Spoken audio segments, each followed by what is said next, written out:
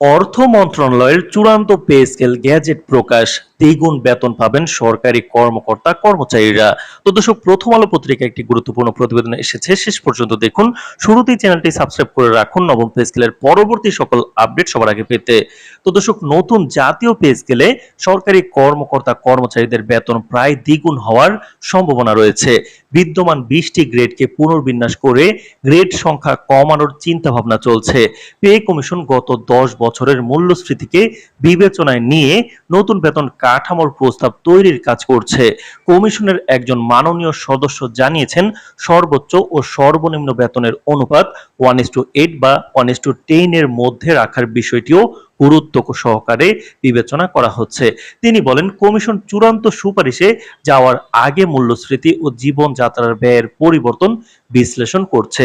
বাংলাদেশের গত 10 বছরে পুঞ্জীভূত মূল্যস্ফীতি হয়েছে প্রায় 116%। অর্থাৎ 2015 সালে যে দ্রব্য 100 টাকায় কেনা যেত, বর্তমানে সেই দ্রব্য কিনতে 216 টাকা খরচ করতে হচ্ছে। এই মূল্যস্ফীতি বিবেচনায় নিলে সরকারি চাকরিজীবীদের বেতন দ্বিগুণ হওয়ায় যৌক্তিক বলে বিশেষজ্ঞদের মত।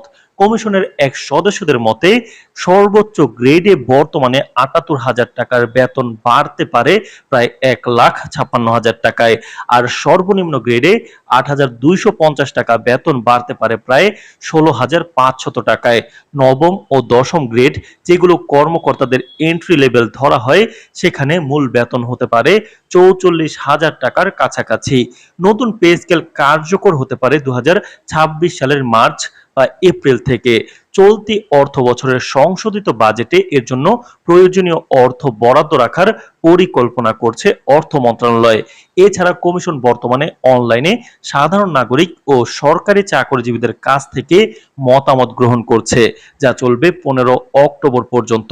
এরপর আগামী 6 মাসের মধ্যে কমিশন তাদের চূড়ান্ত প্রতিবেদন পেশ করবে বা জমা দেবে। পে কমিশনের প্রধান ও অর্থ উপদেষ্টা ডক্টর জাকির আহমেদ খান এক প্রতিক্রিয়ায় বলেন, এই নতুন পে স্কেল কেবল একটি অর্থনৈতিক সংস্কার নয়, বরং এটি সরকারি চাকরিজীবীদের অবদান ও নিষ্ঠার প্রতি সরকারের কৃতজ্ঞতা।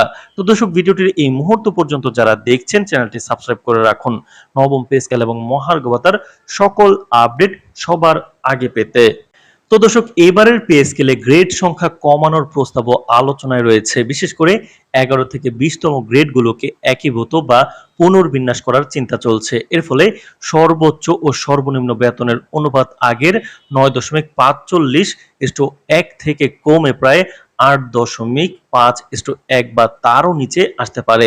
পে কমিশন পার্শ্ববর্তী দেশগুলোর বেতন অনুপাতও বিশ্লেষণ করছে।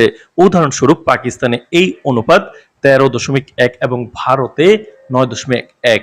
যদি বেতন দ্বিগুণের প্রস্তাব বাস্তবায়িত হয়, তাহলে সর্বনিম্ন গ্রেডের 8,250 টাকা বেতন হতে পারে 16,000 বা 18,000 টাকা, এবং সর্বোচ্চ গ্রেডের 78,000 টাকা বাড়তে পারে প্রায় 1,56,000 টাকায়।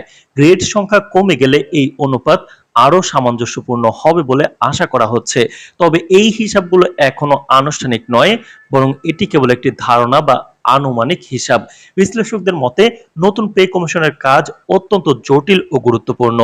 এটি কেবল বেতন বৃদ্ধি নয়, বরং সামগ্রিক অর্থনৈতিক ভারসাম্য, বাজেট সামর্থ্য ও জীবনযাত্রার ব্যয় সামঞ্জস্য রেখে একটি বাস্তবসম্মত কাঠামো তৈরির ব্যাপার। ফলে কমিশনের চূড়ান্ত সুপারিশের পরে নিশ্চিতভাবে বলা যাবে বেতন কয় টাকা বাড়ছে এবং কবে থেকে নতুন কাঠামো কার্যকর হবে।